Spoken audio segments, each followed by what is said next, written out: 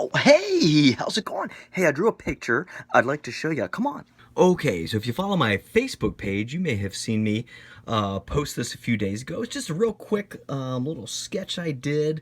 Decided to add in a little color, but I like the angles here, so I was going to just take a quick minute and show you some of the details. So basically, I started with my trusty Bic pen. I just sketched it out. And you can see it kind of turns purple when I went over it with some of my Prisma markers. So lesson number one, boys and girls, is if you are going to draw over your Bic lines, be prepared for it to do some purpling, especially if you're using a lighter tone Prisma to do some blending. Once I did the sketch, I got my trusty Prisma double tip fine point, broad point, and did all the black sections. So just everywhere, like the shadow, these huge vents. In here, I did all of these areas to make sure that those were solid black.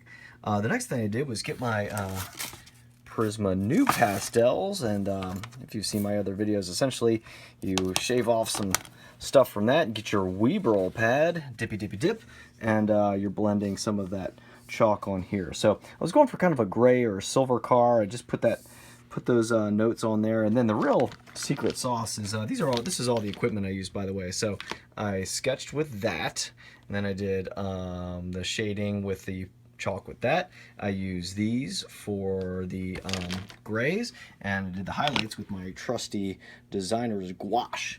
But basically, to make a gray or a silver or a white car, you're going to be using gray colors. So basically, there are two different types: warm gray and cool gray. Now, warm gray is going to have a little bit more brown in it, so I will use the warm gray for parts of the car that are facing towards the ground, towards the earth.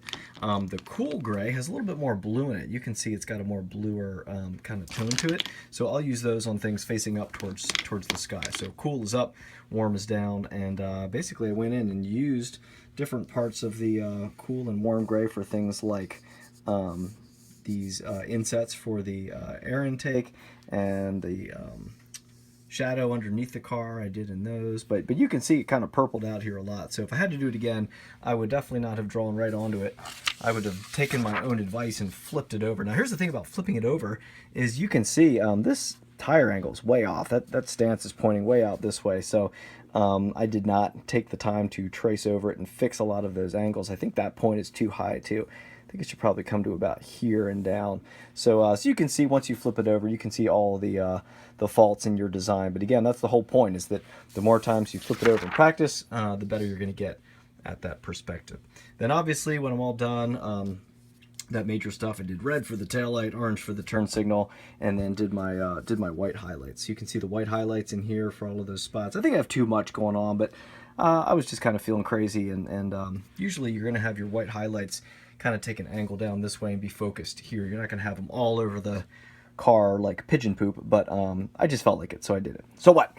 But you can see here I got a really unique series of hood angles going on, but again, that purple smudge with the Bic pen, wasn't expecting that, and it wasn't really my normal Bic pen that I use, but again, it was quick, it was in a rush. I've got a design, and look at these cool, I really like these intakes. Look at this. This intake cuts back like a huge V. It's got a big old intake there, and then this one goes back near the window and cuts in there. It kind of has a stealth jet bunch of angles to it, so I really like that. But anyway, that's today's quick tutorial, just a follow-up from the sketch I did. But again, you don't need a ton of stuff to do a quick color rendering.